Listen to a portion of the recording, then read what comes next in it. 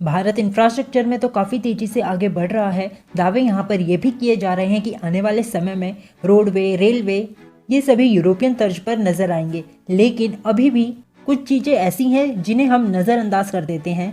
For example, highway को construct करके record तो ब्रेक किए जा रहे हैं, लेकिन इन एक्सप्रेसवे हाईवे के मेंटेनेंस का क्या? काफ़ी सारी खबरें निकल कर आती हैं कि लोग सोलार पैनल को चुरा रहे हैं, एक्सप्रेसवे पर लाइटिंग नहीं होती और होती भी हैं तो जलती नहीं है। अब आपको हाल ही में किए गए एक एक्सप्रेसवे के इनॉग्रेशन को लेकर मैं आपको बात बताती हूँ। देश का सबसे फास्टेस्ट एक्सप्रेसवे महाराष्ट्र समृद्धि महामार्ग, इस एक्सप्रेसवे को कौन नहीं जानता।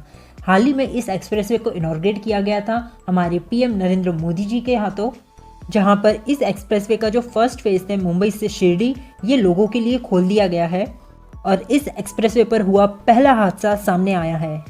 इस एक्सीडेंट में लाल रंग की स्विफ्ट कार को पीछे से टक्कर लगने से ये बुरी तरह से क्षतिग्रस्त हो गई।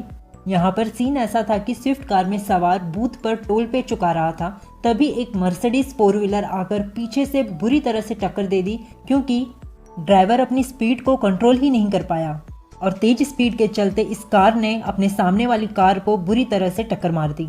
इतना ही नहीं बल्कि उद्घाटन के कुछ ही समय बाद पुलगांव के पास एक मरे हुए बंदर की भी तस्वीर सामने आई है और सोशल मीडिया ग्रुप ने एक्सप्रेसवे के वीडियो भी शेयर किए हैं जिसमें बैलगाड़ियां भी इस एक्सप्रेसवे पर घूम रही हैं। हालांकि ये सभी प्रतिबंध हैं, लेकिन यहाँ पर देखने रोकने टोकने वाला कोई नहीं था, जिसके चलते ये सभी घटनाएं सामने आ रही हैं।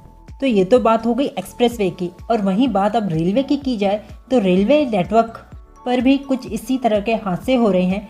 1 जून 2022 के बाद पूरे भारतीय रेलवे नेटवर्क पर वंदे भारत ट्रेनों से जुड़े जानवरों से टकराने के 68 मामले दर्ज किए गए हैं और ये इन्फॉर्मेशन खुद रेलवे मिनिस्टर अश्विनी वैष्णव जी ने लोकसभा में एक लिखित रिप्लाई में दी है।